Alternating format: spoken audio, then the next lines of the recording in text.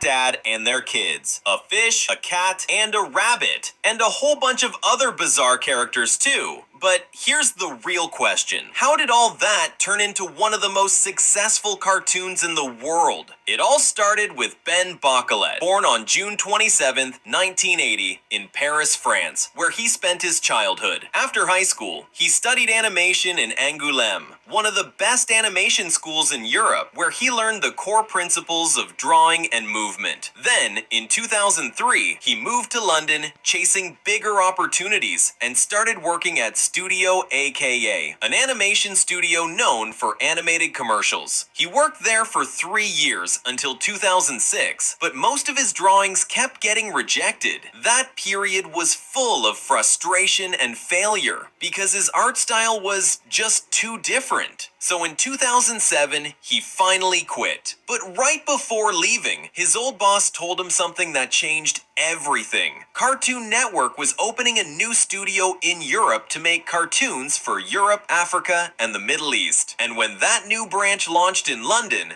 that's where the dream of Ben Bachelet started to become real. The journey that would lead to one of the greatest cartoons of modern times. Excited and determined, Ben went straight to the studio and asked to join, even though he only had 3 years of experience. It wasn't much, but Cartoon Network gave him a shot anyway. And that's what made Cartoon Network so special. It gave opportunities to young creators who were passionate about animation. Ben started working as a creative development assistant, basically helping other artists improve their projects, fix designs, add ideas, and polish everything from animation to backgrounds, making sure each show was the best it could be. But while helping everyone else, a little idea started forming in his own head, something completely different from anything around him. Watching how his co-workers built their shows inspired him to create something new, so he dug through his old sketchbooks, flipping through pages filled with random doodles and rejected characters. Some were 2D, others were 3D, all left behind.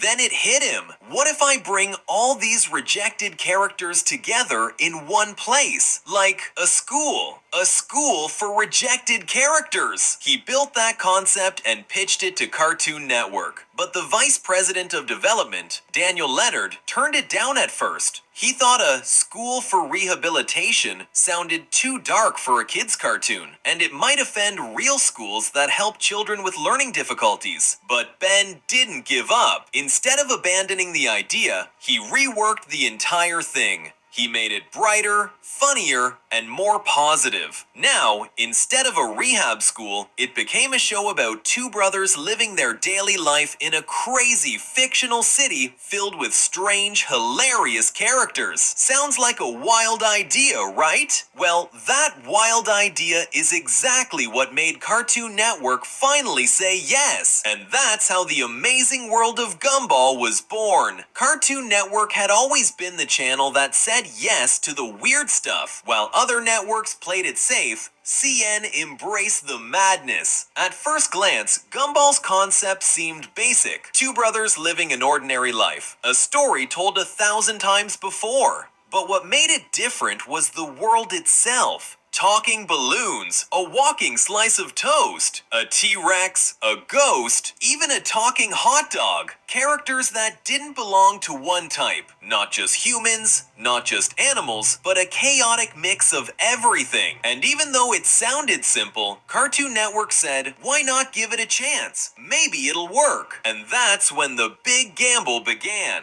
All those weird, random characters you see in Gumball, they were actually Ben Bachelet's old doodles, rejected designs from his past, each drawn in a different style, 2D, 3D, even stop motion. Combining all of them into one show gave Gumball a visual style that was truly unique. Something the world had never seen before. Now it was Ben Bachelet's turn to design the main characters, and that's when the real creativity began. Nicole, Gumball's mom, was inspired by his real mother. Richard, the fat dad, came straight from his own father. Aeneas, the smart little sister, was actually named after his real sister. And Gumball himself, he's literally Ben Bachelet as a kid. Originally, Ben planned to name him Ben, But that just sounded way too plain, something that wouldn't stick in kids' minds. The name Ben was everywhere, so instead, he went with Gumball, inspired by the colorful gumballs kids used to love chewing on. A name that was fun, unique, and easy to say. And that's how Gumball was born, with his round, playful design that looked just like a gumball.